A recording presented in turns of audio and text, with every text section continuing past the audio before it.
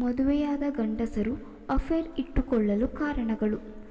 ಸಂತೋಷದಿಂದ ಮದುವೆಯಾದ ಗಂಡಸರು ತಮ್ಮ ಹೆಂಡತಿಗೆ ಮೋಸ ಮಾಡಲು ಸಂಭವನೀಯ ಕಾರಣಗಳಿದ್ದರೂ ಇದನ್ನು ಅರ್ಥ ಮಾಡಿಕೊಂಡು ಹೆಂಡತಿ ಅವರನ್ನು ಕ್ಷಮಿಸಲೇಬೇಕು ಎನ್ನುವ ಯಾವುದೇ ಕಾನೂನುಗಳಿಲ್ಲ ಹಾಗೂ ಇವೆಲ್ಲವೂ ಅವರ ಕೆಟ್ಟ ಅಭ್ಯಾಸಕ್ಕೆ ಸಮರ್ಥನೆಯೂ ಅಲ್ಲ. 1. ಅಗತ್ಯಗಳ ಪೂರೈಕೆ.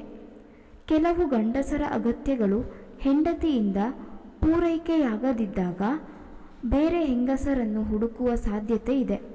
ಅವರ ಇತರ ಅಗತ್ಯತೆಗಳನ್ನು ಆರೋಗ್ಯಕರ ರೀತಿಯಲ್ಲಿ ಬಗೆಹರಿಸುವ ಮಾರ್ಗ ತಿಳಿಯದೆಯೂ ಹೀಗೆ ಮಾಡಬಹುದು. 2. ಮಿತಿಗಳನ್ನು ತಿಳಿಯದೇ ಇರುವುದು.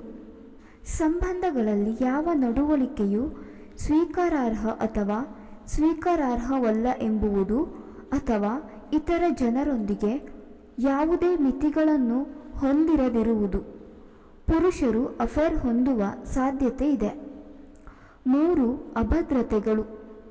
ಕೆಲವೊಮ್ಮೆ ಹೆಂಡತಿ ಮಕ್ಕಳನ್ನು ಖುಷಿಯಾಗಿರಿಸಬೇಕೆಂಬ ಒತ್ತಡವು ಅವರಿಗೆ ಅಭದ್ರತೆಯಾಗಿರಬಹುದು.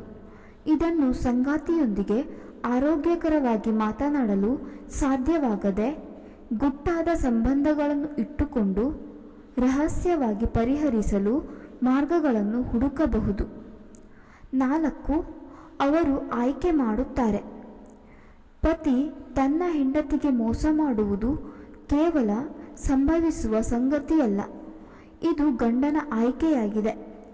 ಸಂಬಂಧ ಮತ್ತು ಅವನ ಸಂಗಾತಿಗೆ ಸಂಪೂರ್ಣವಾಗಿ ಬದ್ಧರಾಗಲು ಅಸಮರ್ಥತೆಯನ್ನು ತೋರಿಸುತ್ತದೆ ಈ ಆಯ್ಕೆ. 5. ಮೆಚ್ಚುಗೆ ಕಡಿಮೆಯಾದಾಗ. ಗಂಡಸರು ತಮ್ಮ ಸಂಸಾರಕ್ಕಾಗಿ ಹಾಕಿಯಾಗಿ ದುಡಿಯುವುದು, ಮನೆ ಅವರ ಖುಷಿಗಾಗಿ ಶ್ರಮಿಸುತ್ತಿರುತ್ತಾರೆ. ಅಂತಹ ಸಂದರ್ಭದಲ್ಲಿ ಅವರಿಗೆ ಪ್ರತಿಯಾಗಿ ಗಮನ ಹಾಗೂ ಪ್ರಶಂಸೆ ಸಿಗದೇ ಇದ್ದಾಗ ಗಮನವನ್ನು ಪಡೆಯಲು ಬೇರೆಡೆಗೆ ಹೋಗಬಹುದು. 6. ಗಮನ ಕೊಡುವವರು ಬೇಕು. ಒಂದು ವೇಳೆ ಅವರಿಗೆ ತಾನು ಭಯದಲ್ಲಿ ಬದುಕುತ್ತಿದ್ದೇನೆ, ತನ್ನನ್ನು ಎಲ್ಲರೂ ನಿರ್ಲಕ್ಷಿಸಿದ್ದಾರೆ ಅಥವಾ ನಿರಂತರವಾಗಿ ನೋವನ್ನು ಅನುಭವಿಸುತ್ತಿದ್ದೇನೆ ಎಂದು ಅನಿಸಿದ್ದಲ್ಲಿ ಅವರು ಈ ಸವಾಲುಗಳನ್ನು ಧೈರ್ಯದಲ್ಲಿ ನಿಂತು ಪ್ರಶ್ನಿಸುವ ಮತ್ತು ಅಭಿನಂದನೆ ಮಾಡುವ ಯಾರನ್ನಾದರೂ ಹುಡುಕುತ್ತಾರೆ.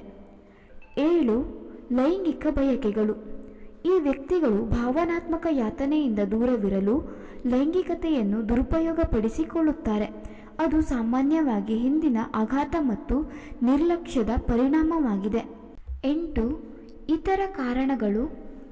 ವೆರೈಟಿ, ಬೇಸರದ ಜೀವನ, ಸಂಗಾತಿಯಿಂದ ಕಡಿಮೆ ಲೈಂಗಿಕ ಬಯಕೆ ಹೊಂದಿದ್ದರೆ, ವೈವಾಹಿಕ ಜೀವನದಲ್ಲಿ ಸಮಸ್ಯೆ, ಸಂಗಾತಿಯೊಂದಿಗೆ ಅತೃಪ್ತಿ, ಸಂಗಾತಿ ಬದಲಾದ ಹಾಗೆ ಅವರಿಗೆ ಅನಿಸಿದರೆ ಅವರು ಅಫೇರ್ ಇಟ್ಟುಕೊಳ್ಳಲು ಸಾಧ್ಯತೆ ಹೆಚ್ಚು. ಇದೇ ರೀತಿಯ ಹೆಚ್ಚಿನ ವಿಡಿಯೋಸ್ಗಳಿಗಾಗಿ ಚಾನೆಲ್ ಸಬ್ಸ್ಕ್ರೈಬ್ ಮಾಡೋದನ್ನು ಖಂಡಿತ ಮರೆಯಬೇಡಿ. ಕೇಳಿದ್ದಕ್ಕಾಗಿ ಧನ್ಯವಾದಗಳು.